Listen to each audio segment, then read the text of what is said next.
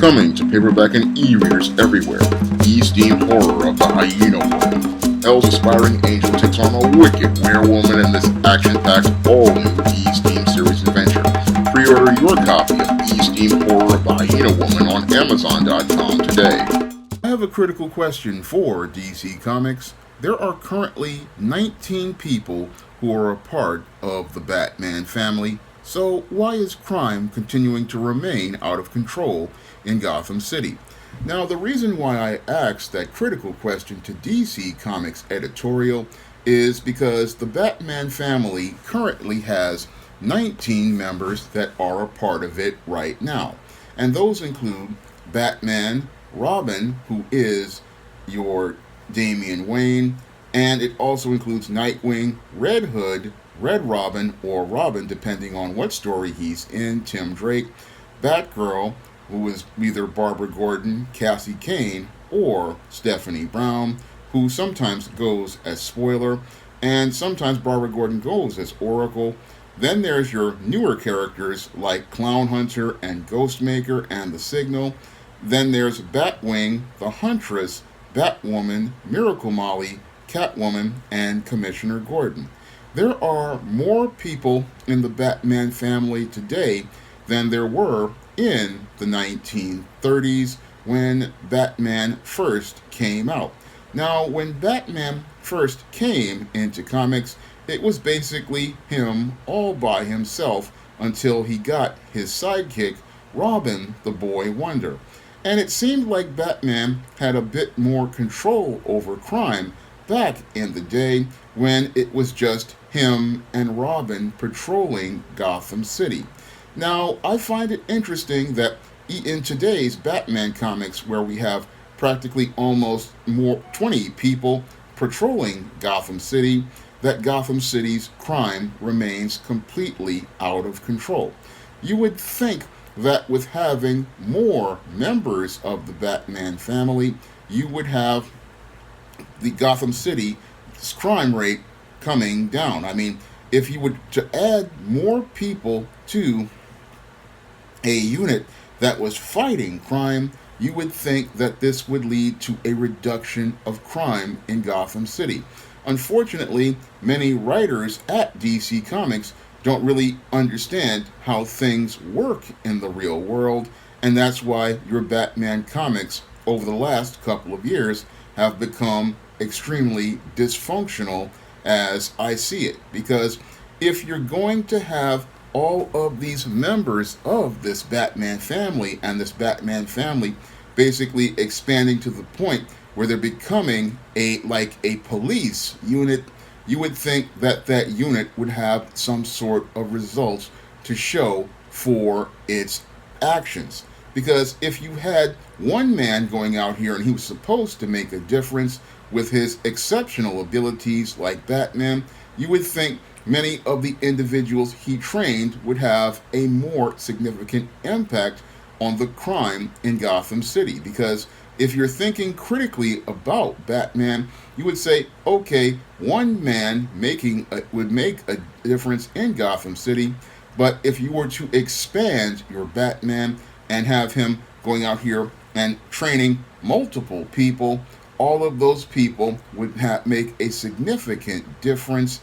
in the overall quality of life in Gotham City. So if one man was going out here dealing with much of the crime in Gotham City, striking fear and terror into criminals, then you would think almost 20 people would be able to strike so much fear and terror into Gotham City that it would be looking like Metropolis at this point. That's the way I would see things as related to the effectiveness of Batman's family overall. If his family was out here dealing with much of the crime in Gotham City, and there are 20 people in that family dealing with the crime in Gotham City, then the overall quality of life for citizens of Gotham City should have been improving. Unfortunately, most of today's comic book writers and comic book editorial are not really thinking critically about how they are approaching the Batman comics and because they don't think critically about how they approach the Batman comics, they cannot see how they've basically written themselves into a corner as related to the structure of the entire Batman paradigm. Now, the Batman story paradigm originally, again, started out with one man striking fear and terror into the hearts of criminals, but now the Batman family has expanded and become so bloated, it's basically looking like a Bat family cookout in every issue, and it's looking like the Bat family is really becoming dysfunctional at this point, because when you've got practically 20 members of a family that are trained by a guy who learned all of his skills from numerous masters over the world, and they are going out here waging a war on crime, you would think that that war on crime would be yielding some results. Now, when I look at Batman, I can look at it and compare it to the 1990s here in New York City when Rudy Giuliani became mayor. Now, when your Rudy Giuliani became mayor, New York's crime rate started to decline because he initiated efforts as related to the Quality of Life Initiative and other initiatives to deal with the crime here in New York City. And as a result, people started seeing immediate results in the streets of New York City within 6 months to a year of him taking over from David Dinkins. And because people saw results, they started to see a change in the quality of life. But if we go over to a Batman comic book, we see that with your Batman, who now currently has over 20 members, or close to 20 members of his family, there's no real change as related to the quality of life in Gotham City. So that's one of the big problems with your current day Batman comics. As I see it, the Batman family has become too bloated. It has become filled with too many members, and it's filled with way too many characters. And because it's just so bloated and filled with too many characters,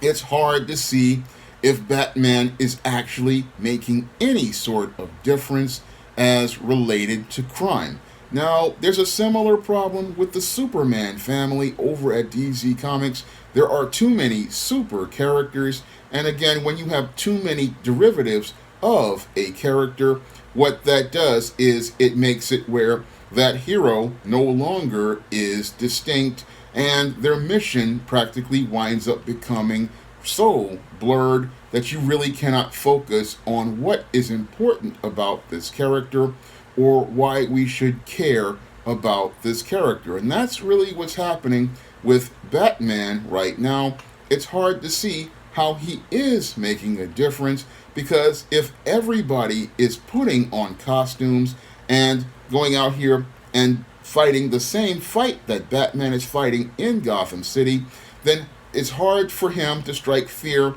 and terror in the hearts of criminals and be somebody that practically terrifies those criminals to the point where that superstitious and cowardly lot has something to fear, because now Batman has become basically a bureaucracy similar to a unit of police officers, and that unit of police officers is basically just there to basically do a job, and that really disconnects us from the whole story of Batman. Batman is no longer that urban legend or that guy who puts fear into criminals, because there's so many Batman characters that nobody really can connect with the original mission of Batman, being this guy who operates outside of the law in order to ensure that there is justice meted out on those criminals who believe that they are above the law. So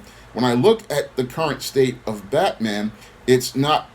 completely disconnected from the original mission, because it's supposed to be about one guy who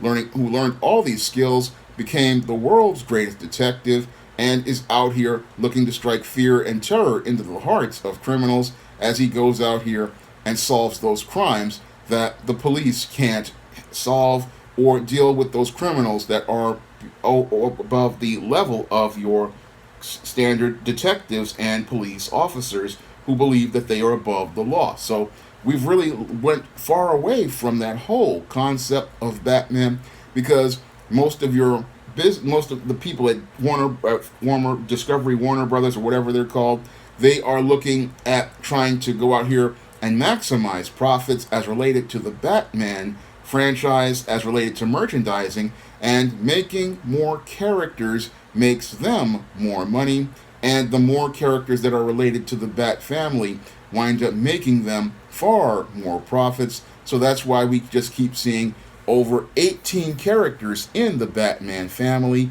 fighting crime, and they don't really understand how this is going to really long-term impact their bottom line, because the only comics right now that are selling are Batman family comics, and the only comics that are really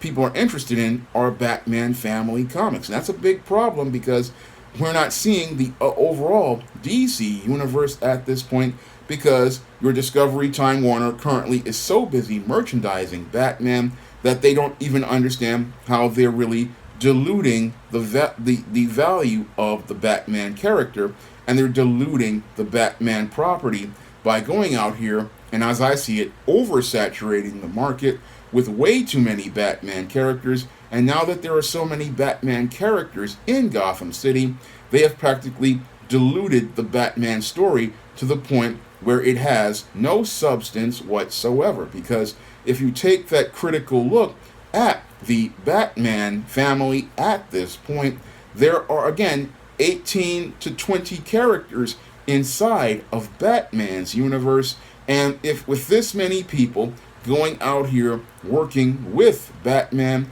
you have a point where the quality of life needs to improve in Gotham City, and it needs to improve to a point where